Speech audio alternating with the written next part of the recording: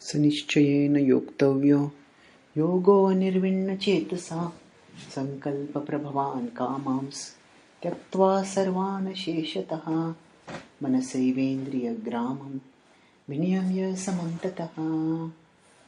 So here Krishna, and this actually in the 6th chapter, Krishna does a sort of ascent-descent alteration between the sadhana stage and the siddha stage. And in each of these alterations, he takes the description of the siddha stage higher and the explanation of the sadhana stage deeper. So, for example, when initially he starts with Shuchaudeshe Pratishtapya, he's talking primarily about externals. Okay, go and sit in a particular place, secluded place, and sit in asana. And from there he goes from the 10th verse to the 15th verse. He goes to the perfection where he says that yogi vinjanevam sadatmana yogi niyata manasa shanti nirvana parama matsamsthamadi gachati. They attain my nature. And in Krishna again, so this is like at one level they attain my nature. That is one level of yogic perfection, or one phase of the description of yogic perfection. Then from there Krishna goes back again to the sadhaka stage, and he talks about yukta natyashnatasu yogosti and yuktahara viharasya, how one has to be regulated in one's eating, sleeping and other things. And from there he moves onwards to the state of perfection of yoga, which was described till the 23rd verse, yam labdha chaparam labham and all that, where when having achieved this, there's nothing more to achieve. Now again Krishna is in one sense going down to the sadhana stage, sanishchayena yoktavyo. Therefore one should act with determination, with nishchaya, determination. And from here Krishna will go to the perfection stage, and when he goes to the perfection stage, it will be a much more devotionally explicit perfection stage, where yo mam pashyati sarvatra, that very direct devotional verse will come in 6.30. So essentially Krishna by this alteration is doing two things. He's going deeper in his description of the sadhana, and he's going higher in his description of the sadhya. Let's see. So how this happened? First he talked about, just in the first description of sadhana, he talked more about externals. Just go to this place and sit go to a secluded place and sit, make asana and things like that. Then afterwards he talked about more of habits that one should have, habits of the body, eat regulatedly, sleep regulatedly. Now Krishna is going to talk about, again for the sadhaka stage, more of managing the inner battle. Of course this has been talked about earlier also, but here Krishna's focus comes more explicitly on that. Sanishchayena yoktavyo, sanishchayena, with nishchay, with determination. Yogo anirvinna chetasa. Therefore yoga should be practiced with anirvinna chetasa, without any anirvinna. Nirvinna can refer to dejection, or it can refer to distraction. So of course dejection can also be a form of distraction, but distractions can be of various forms. So now that means don't get distracted. Practice yoga with determination. So why may one get distracted? Because there are so many distractions in this world, and there are so many distractions in the mind also. And also apart from that,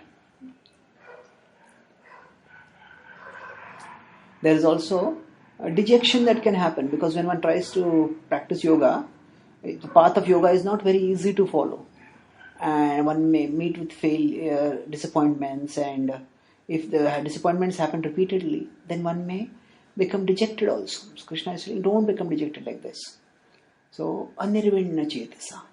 Now if we connect this with the previous thought that was mentioned, these two could also become one continuous verse. Then also we see a deep, nice meaning here.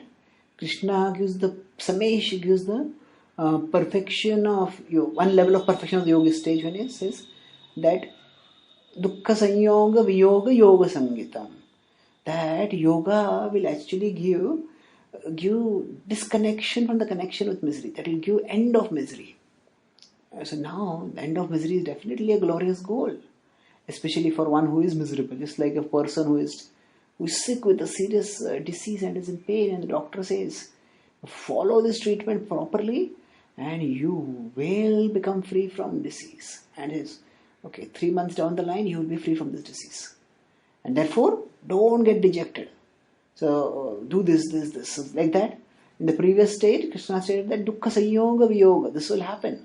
And therefore, because that is going to happen, sanishchayena yuktavyo, therefore engage yourself with determination. And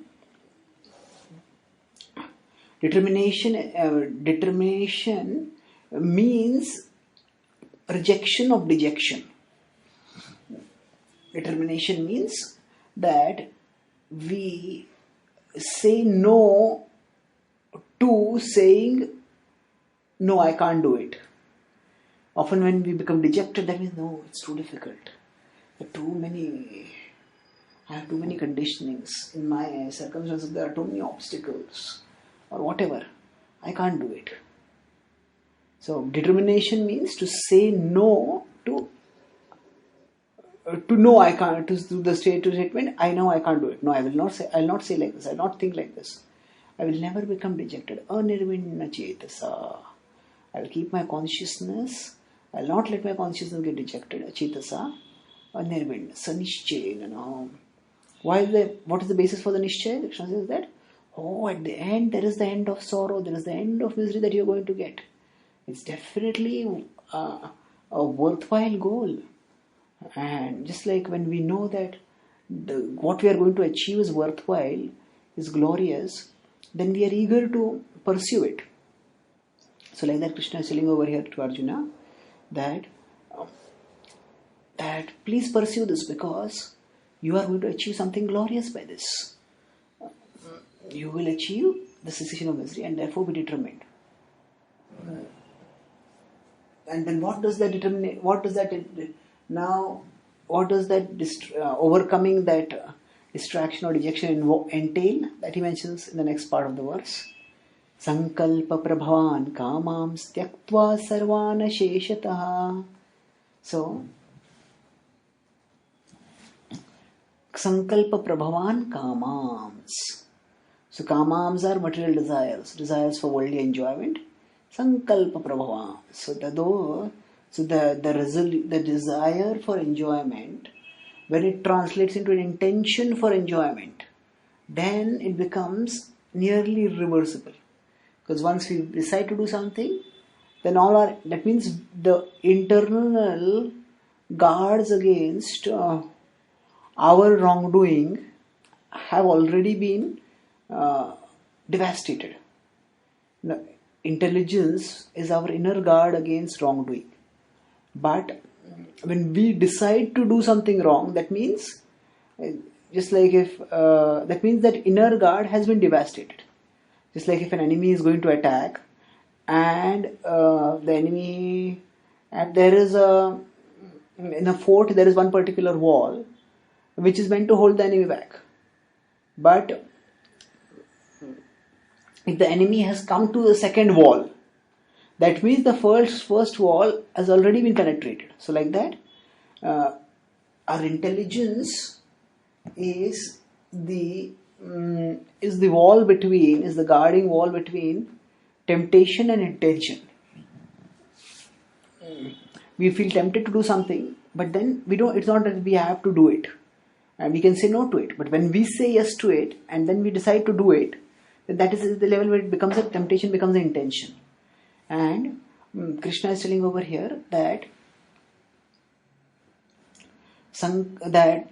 don't let the desires for enjoyment become sankalpas. Don't let them become intentions. So rather, when the desires, they are about to become intentions, before that itself, tyaktva sarvana sheshataha, give them up without any exception. Tyaktva sarvan asheshataha, without any exception. Krishna has earlier talked in the second chapter about how even one of the senses can cause fall down. Indriyanam icharatam yanmano anuvidhyate dasya harati pragyam vayurnavamivambhase.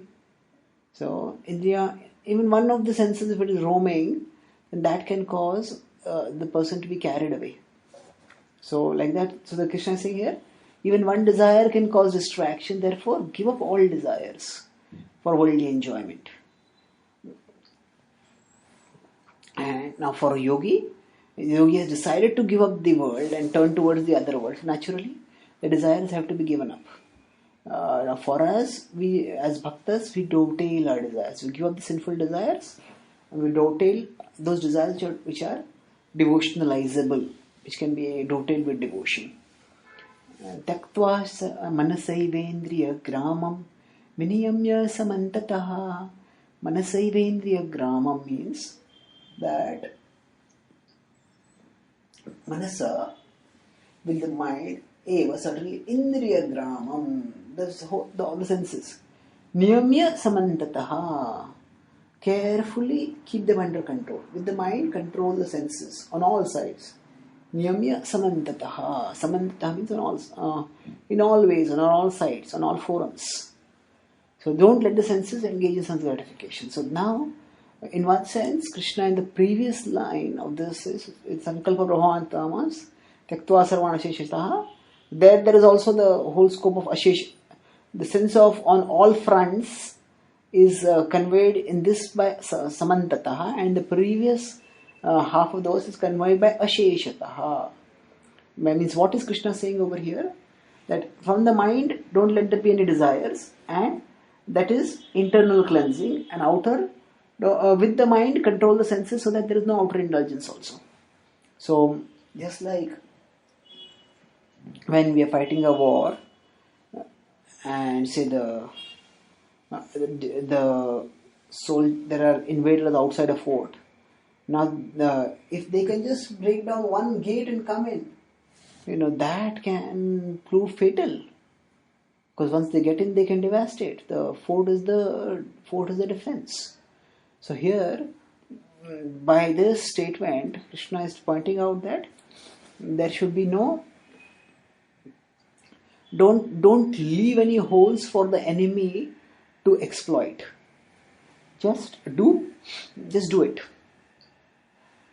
Just to make sure, just do it in the sense that just be thorough in ensuring that there are no opportunities. So don't keep desires internally. Tyaktva sarvana sheshataha and viniyamya indriya gramam viniyamya samantataha. So in this way, by the less we leave the possibility for fall, then the less is the probability of fall. We don't leave the possibility only, then the probability becomes zero. So that way, Krishna is telling that one can avoid rejection. So the flow of the verse is that in the previous verse it said that yoga is so glorious that it will free you from all misery. Therefore, practice it with determination and without distraction or rejection. Now, whatever causes distraction or rejection, that is, the desires internally, give them up. And what causes distraction? The senses, which receive images of the sense objects and still trigger desires. This is control the senses also externally. And all of this, on all sides, samantataha.